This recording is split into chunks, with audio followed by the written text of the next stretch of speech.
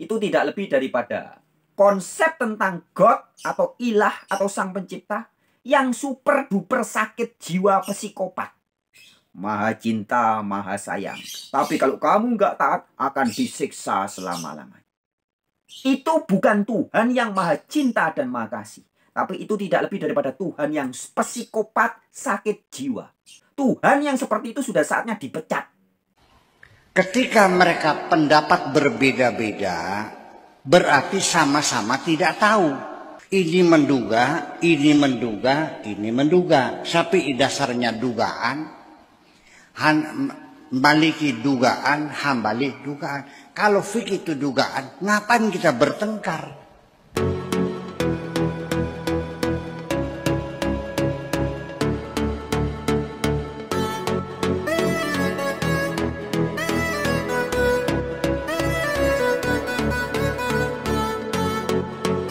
Nah, sehingga kalau ada orang yang melarang Anda memelihara anjing dengan alasan ajaran agama, itu sesungguhnya hanyalah dogma dari orang-orang yang tidak memakai akal sehatnya saja. Rahayu Sagung Dumadi, semoga segala makhluk berbahagia. Sampurasun, salam sejahtera, salam kebajikan. Bagi Anda yang berbahasa Ibrani, Shalom Aleichem. Yang ditiru ke dalam bahasa Arab menjadi Salam Alaikum. Om Swastiastu, Namo Buddhaya. Halo sobat-sobat semuanya, jumpa lagi di channel Warta Kabar Baik. Selamat pagi buat yang menyimak video ini di pagi hari. Selamat siang, sore, dan malam buat yang menyimak di siang, sore, atau malam hari. Sobat-sobat, video-video di channel Warta Kabar Baik ini hanya dikhususkan bagi jiwa-jiwa atau orang-orang yang berpikiran terbuka ya. Bagi yang tidak berpikiran terbuka, skip aja deh. Oke, terima kasih semuanya. Jangan lupa subscribe, like, komen, dan share ya. Oke sahabat-sahabat, pada video kali ini kita akan membahas tentang ajaran-ajaran yang diklaim sebagai ajaran-ajaran agama-agama tertentu, yang ternyata ajaran-ajaran itu tidak lebih dan tidak bukan hanyalah berdasarkan jare atau katanya. Ya. Jadi jare itu bahasa Jawa, bahasa Indonesianya katanya. Ya. Maka ajaran-ajaran seperti ini oleh orang-orang Jawa juga disebut sebagai ajaran yang hanya berdasarkan kulaan jare. Ya, kulaan jare itu artinya bermodalkan katanya. Ya. Jadi bagaimana? Sebelum kita lanjut teman-teman, saya mau cerita sedikit ya. Beberapa waktu yang lalu saya pergi ke salah satu daerah di Jawa Timur, dekat Gunung Semeru sana ya. Kemudian saya berjumpa dengan beberapa orang yang sudah Islam. Ya, Islam artinya berserah diri. Dan orang-orang ini juga sudah Buddha. Buddha artinya sudah tercerahkan. Dan mereka juga pernah menjadi Yahudi. Yahudi itu bahasa Arabnya hadu. Artinya orang-orang yang mendapat petunjuk. Yahudi bahasa Arabnya hadu. Hadu itu orang yang dapat petunjuk sebetulnya. Nah, mereka ini bapak-bapak ini. Ada yang juga sudah jadi kakek ya. Kakek dan bapak-bapak ini yang adalah Islam dan Buddha atau Yahudi. Orang yang sudah mendapat petunjuk, orang yang sudah mendapat pencerahan, orang-orang yang sudah berserah diri. Kemudian dalam perbincangan dengan mereka, ya di satu tempat yang sangat nyaman, ya ini penampakan dari bapak-bapak itu ya. Nah, dari perbincangan saya dengan bapak-bapak itu, kita bicara tentang banyak hal teman-teman. Kita ada berbincang tentang spiritualitas, tentang kehidupan, tentang hakikat kemanusiaan. Kemudian tentang sang pencipta. Pencipta yang mana? Yang di dalam Bible atau Alkitab kata Yesus, Bapa di dalam aku. Dan sang pencipta itulah yang juga di dalam Al-Quran, dalam surat Qaf, surat ke-50 ayat 16 dikatakan, kami lebih dekat dari urat lehermu. Yang di dalam surat Al-Hadid, ya, surat Al-Hadid itu di Al-Quran surat ke-57 ayat 4 dikatakan, Dia bersama-sama denganmu dimanapun kamu berada. Nah, ya jadi sang pencipta itu adalah yang di Al-Quran disebut sebagai lebih dekat dari urat leher Anda dan saya. Dan berada bersama-sama dengan kita dimanapun kita berada. Adalah sang pencipta yang sama yang di dalam Alkitab oleh Yesus dan para rasul diperkenalkan sebagai Allah Bapa yang diam di dalam kamu. Inilah juga yang dalam saudara-saudari kita pelaku Hindu Dharma disebut sebagai Brahman. Brahman yang percikannya ada bersama-sama kita. Dalam bentuk Atman. Ya, percikan cahaya ilahi dari Brahman yang ada di dalam diri kita. Nah, dalam perbincangannya kita banyak membahas hal itu. Dan selain itu, kita juga membahas tentang keberadaan agama-agama. Agama dalam makna lembaga-lembaga agama yang sekarang populer di masyarakat luas. Di mana dalam sebagian ajaran dari agama-agama yang populer itu, ternyata banyak sekali ajaran-ajarannya yang bukan berasalkan dari kasunyatan. Ya, jadi banyak sebagian ajaran dari agama-agama itu bukan berdasarkan kasunyatan, bukan berdasarkan fakta dan realitas. Tetapi hanya berdasarkan katanya. Nah, atau kulaan jari. Hanya bermodalkan cerita orang. Katanya si A. Si A mendapat cerita dari si B. Si B dengar-dengar bisik-bisik tetangga dari si C. Si C diberitahu oleh si D. D membaca dari katanya E. E diberitahu oleh F.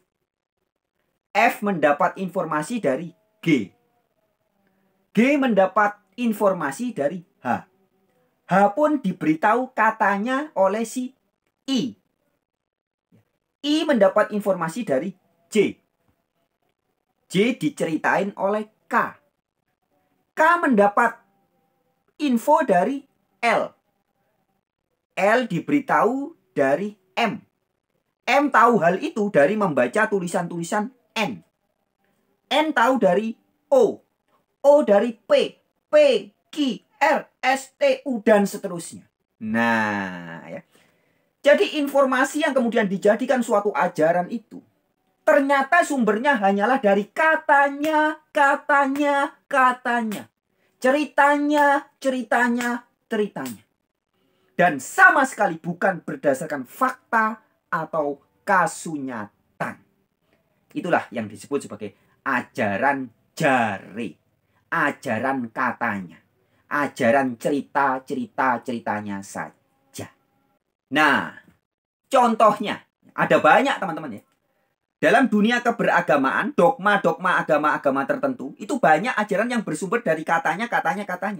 Misal, contoh ini ya. Ajaran tentang adanya surga dan juga neraka. Surga yang digambarkan begini begitu. Dan neraka yang digambarkan sebagai tempat siksaan kekal. Nah, ketika saya bersama bapak-bapak itu ya, kemudian saya bertanya begini. Ketika kita berbincang tentang neraka. Pak, apakah Bapak percaya ada Sang Maha Pencipta yang katanya maha cinta, maha sayang, maha kasih, menciptakan kita semua? Tetapi jika kita kemudian tidak taat, kita tidak patuh atau kita berdosa, maka kita akan dimasukkan ke tempat siksaan kekal selama-lamanya yang disebut sebagai neraka jahanam. Bayangin Pak. Saya bilang gitu ya. Bayangkan Pak. Anggap aja namanya Pak Bambang begitu ya. Atau Pak Budi begitu ya. Kemudian saya tanya begini. Pak Bambang dan Pak Budi, coba bayangkan. Anggap saja Pak Budi dan Pak Bambang dari lahir bayi ngek sampai tua sekarang, bahkan nanti sampai mati, misalkan umur 80 tahun atau 90 tahun. Anggap aja seumur hidup berbuat dosa terus. Dari bayi ngek sampai mati berbuat kesalahan terus. Jadi 90 tahun hidup di dunia melakukan kesalahan. Nah kemudian dihukumnya tidak setimpal. Tidak dihukum 90 tahun di neraka. Tidak. Tapi Anda akan disiksa selama-lamanya di neraka. Tanpa batas waktu. Jadi berdosanya 90 tahun. Tapi disiksanya selama-lamanya. Apakah Pak Bambang percaya dengan ajaran seperti ini? Apakah Pak Budi percaya dengan ajaran seperti ini? Dan bapak-bapak yang sudah tercerahkan alias sudah Buddha. Sudah Yahudi alias sudah mendapat petunjuk. Dan sudah Islam alias berserah diri itu pun menjawab dengan spontan. Ya nggak percaya Mas Frans. Ya mereka bilang begitu ya. Nah jadi betul teman-teman. Jelas adalah sebuah dongeng, imajinasi, hasil halusinasi belaka. Ketika ada ajaran yang katanya neraka itu tempat siksaan kekal. Di mana kita kalau nggak taat di bumi ini, kita mati akan disiksa selama-lamanya di sana. Itu tidak lebih daripada konsep tentang God atau ilah atau sang pencipta yang super duper sakit jiwa psikopat. Maha cinta, maha sayang. Tapi kalau kamu nggak taat akan disiksa selama-lamanya. Mengerikan. Itu bukan Tuhan yang maha cinta dan maha kasih. Tapi itu tidak lebih daripada Tuhan yang psikopat sakit jiwa. Yang sebenarnya kalau istilahnya bapak-bapak itu, Tuhan yang seperti itu sudah saatnya dipecat. Dipecat artinya disingkirkan. Konsep Tuhan yang seperti itu sudah saatnya dibuang dari pikiran orang-orang yang sudah Yahudi atau sudah Hadu, sudah mendapat petunjuk. Orang-orang yang sudah betul-betul Islam atau berserah diri. Orang-orang yang sudah betul-betul Buddha atau tercerahkan. Nggak perlu lagi kita percaya kepada dogma-dogma katanya-katanya tentang neraka yang model hasil kreasi dari halusinasi orang-orang yang sakit jiwa. Ya, karena jiwanya sakit, maka menciptakan doktrin-doktrin yang sakit jiwa juga. Tuhan Sang Maha Kuasa yang akan menyiksa Anda selama-lamanya, kekal di neraka. Itu tidak lebih dan tidak bukan hanyalah Tuhan abal-abal yang sudah waktunya dan memang harus dipecat alias dibuang ke tong sampah. Begitu kata saya. Semua itu adalah ajaran katanya. Belum pernah ada orang yang betul-betul pernah ke surga. Surga yang dimaksud oleh si pencerita itu ya. Seorang guru agama ceramah tentang surga. Tapi dia sendiri belum pernah ke surga. Seorang guru agama ceramah tentang neraka. Padahal dia sendiri belum pernah tahu neraka itu. Nah, inilah ajaran yang disebut sebagai ajaran jari. Katanya saja. Bukan fakta. Bukan realitas. Bukan kasunyatan. Nah, saya tambah lagi. Ini salah satu contoh lagi. Ajaran yang katanya. Disampaikan oleh Buya Syakur Yasin. Seperti ini contohnya. Nabi Muhammad kalau sholat Fatihahnya baca basmalah enggak? Enggak tahu. Imam Syafi'i mengatakan wajib baca basmalah. Jadi Bismillahirrahmanirrahim. Alhamdulillahirabbil alamin dan seterusnya. Harus dibaca. Karena basmalah bagian dari Fatihah. Imam Maliki bilang tidak boleh baca basmalah. Karena basmalah bukan bagian Fatihah. Kalau baca basmalah batal sholatnya. Jadi Allahu Akbar langsung Alhamdulillah. Kalau Hambali, mazhab Hambali dibaca pelan-pelan. Lalu baca dalam hati. Bismillahirrahmanirrahim dalam hati, baru Alhamdulillahirabbil alamin. Nah, saya mau nanya, yang benar mana? Nah, itu salah satu contoh juga teman-teman ya, disampaikan oleh Buya Syakur Yasin. Ajaran dari Imam Syafi'i sangat berbeda dengan ajaran dari Imam Hambali. Berbeda juga dengan Imam Maliki. Lah terus yang benar yang mana? Yang benar katanya Imam Syafi'i, atau perkataan Imam Maliki, atau perkataan Imam Hambali. Ini tiga imam besar ini beda semua. Terus yang benar yang mana? Ya nggak tahu. Nah, itulah contoh ajaran jare. Kulaan jare. Bermodalkan katanya, ceritanya saja. Kebenarannya nggak tahu yang mana. Lanjut. Makanya kalau di TV saya sering bilang gini adik-adik, kita ini semua bukan penganut agama sebenarnya. Kita ini adalah penganut tafsir-tafsir agama. Maka kita kemudian semua berbeda-beda. Sesama agama Islam pun tafsirnya berbeda-beda. Makanya kita ini adalah penganut tafsir-tafsir agama. Kalau kalian tanya saya, Islam ini agamanya apa? Islam. Ada pertanyaan lanjutan, NU apa Muhammadiyah? Sunni apa Syiah? Belum bicara manhaj, belum bicara ijtihad, belum bicara mazhab. Syafi'ikah, Malikikah, Hanafikah, Hambalikah? Ini tafsir-tafsir semua. Sesama Islam, sesama Syafi'i, sesama NU pun masih ada yang satu pengusung khilafah, yang satu bukan. Ini tafsir lagi. Ketika mereka pendapat berbeda-beda, berarti sama-sama tidak tahu. Ini menduga, ini menduga, ini menduga. Tapi dasarnya dugaan. Maliki dugaan, Hambali dugaan. Kalau fikih itu dugaan, ngapain kita bertengkar? Yang pada beli berwiji. Kan begitu persoalannya. Maksud saya ini sebagai upaya supaya perdebatan, pertengkaran di medsos, di segala bidang ya bertengkar masalah hukum-hukum ini sudah berhentilah. Kita sama-sama tidak tahu. Saya tidak tahu Nabi Muhammad baca basmalah tidak. Saya tidak tahu. Tapi saya bermazhab Syafi'i, ya dengerin dulu. Karena saya bermazhab Syafi'i, ya sudah saya baca basmalah. Tapi ini dugaannya Imam Syafi'i. Saya tidak menyalahkan mazhab Maliki, tidak menyalahkan mazhab Hambali. Kunut juga sama. Ya sudah, saya mazhab Syafi'i, saya kunutan. Tapi saya tidak menyalahkan, tidak mengatakan membid'ahkan orang Muhammadiyah, tidak membid'ahkan orang Wahabi yang tidak kunutan, gitu aja kok. Setuju nggak gitu aja? Sudah gitu aja kira-kira. Yuk kira-kira bahas masalah kita ini nanti di dalam menjawab pertanyaan masyarakat pun ya kita harus mencari dalil-dalil yang moderat yang kira-kira tidak menyalahkan golongan siapapun. Ya, kita menjadi basul masail yang terbaik dan yang termulia di negara Indonesia ini. Amin. Dah gitu saja. Ya, silakan maka dilanjutkan. Fajar. Sekian saja. Assalamualaikum warahmatullahi wabarakatuh. Nah, jadi jelas ya teman-teman. Intinya pesan dari Buya Syakur ya, janganlah bertengkar kalau beda tafsir. Beda tafsir, beda pemahaman.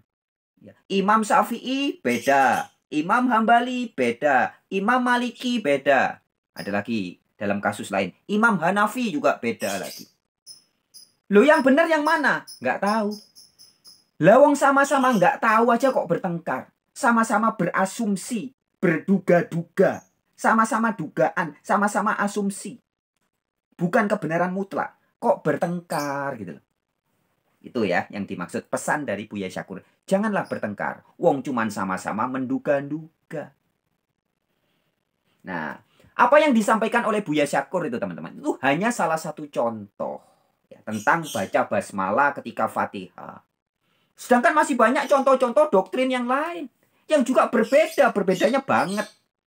Contoh lagi di video yang terdahulu sudah kita bahas nih. Buat teman-teman yang belum menyimak ya. Bahwa ternyata pelihara anjing ya, itu boleh di dalam Islam. Kata siapa? Kata Imam Hambali, kata Imam Maliki, kata Imam Hanafi. Tapi menurut Imam Syafi'i nggak boleh. Haram. Najis. Katanya Abdul Somad. Anjing itu binatang yang paling dibenci oleh Allah. Waduh. Loh, terus yang benar yang mana ini? Tentang anjing ini yang benar yang mana? Nah, karena di Indonesia sebagian besar mengaku pengikut Imam Syafi'i, maka anjing dilarang dipelihara. Padahal di Turki ya, Turki itu negara yang dibangga-banggakan oleh Kadrun ya. Turki negara Islam. Itu loh, di sana semua orang tidak ada yang anti dengan anjing. Bahkan anjing menjadi binatang peliharaan. Karena di Turki 90% Muslim yang bermazhab Hanafi itu sangat boleh piara anjing. Sedangkan jika Anda bermazhab Syafi'i, wah, anti dengan anjing. Loh, yang benar yang mana? Nah, silakan Anda berpikir. Jangan ikut katanya. Pakai akal. La dina liman la akalahu. Tidak ada kebenaran atau tidak ada agama bagi orang-orang yang tidak memakai akalnya. Coba Anda pakai akal. Anda lihat anjing itu kan jenisnya banyak. Ada yang lucu, ada yang kecil ya, kayak boneka lucu. Coba Anda pikir. Sang pencipta menciptakan makhluk yang kita kasih nama jenisnya anjing. Ada yang kecil, lucu. Benar-benar setia. Mosok itu tidak diciptakan untuk menjadi sahabatnya manusia.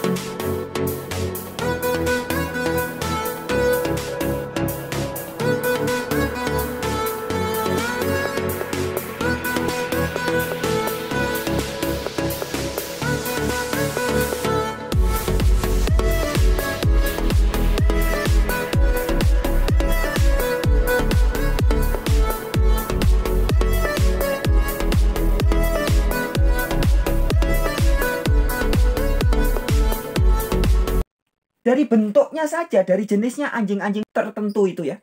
Itu sudah jelas pasti diciptakan untuk dipelihara. Diciptakan untuk menjadi sahabat manusia. Jadi hanya orang-orang yang tidak memakai akalnya yang akan mengatakan bahwa anjing itu tidak boleh dipelihara. Itu orang-orang yang tidak pakai akal sehatnya. Anjing itu jenisnya ada banyak, sekali lagi teman-teman ya. Kalau Anda pelihara anjing hutan serigala ya itu enggak untuk dipelihara. Tapi kalau anjing yang lucu ya jenisnya kan banyak. Ratusan jenis anjing, ada yang lucu, setia. Itu pasti untuk dipelihara manusia. Anda tidak perlu beragama, Anda tidak perlu membaca kitab, buku-buku. Anda hanya memakai akal sehat dan nurani aja pasti tahu. Binatang yang lucu, menggemaskan, setia, baik. Itu pasti untuk dipelihara dan jadi sahabat manusia.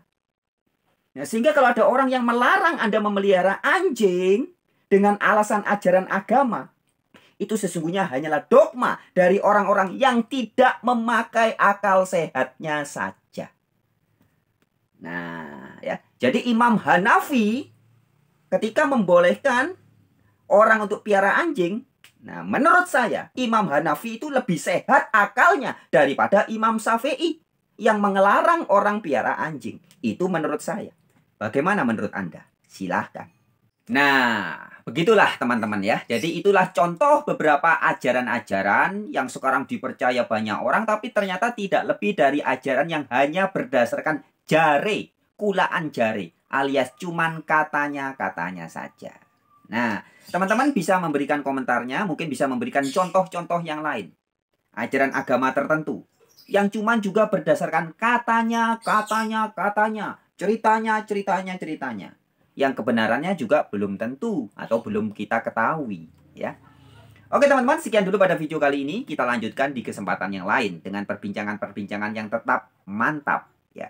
Dengan pikiran-pikiran yang terbuka. Tidak kufur, tidak kafir, tidak tertutup. Dan jangan dengan pikiran yang kadarun alias kotor atau budak. Tapi harus juga dengan pikiran yang bersih. Oke, wabillahi taufik walhidayah. Wassalamualaikum warahmatullahi wabarakatuh. Alaihim shalom. Namo Buddhaya, salam sejahtera, salam kebajikan. Om Santi, Santi, Santi. Rahayu, semoga segala makhluk berbahagia. Semangat.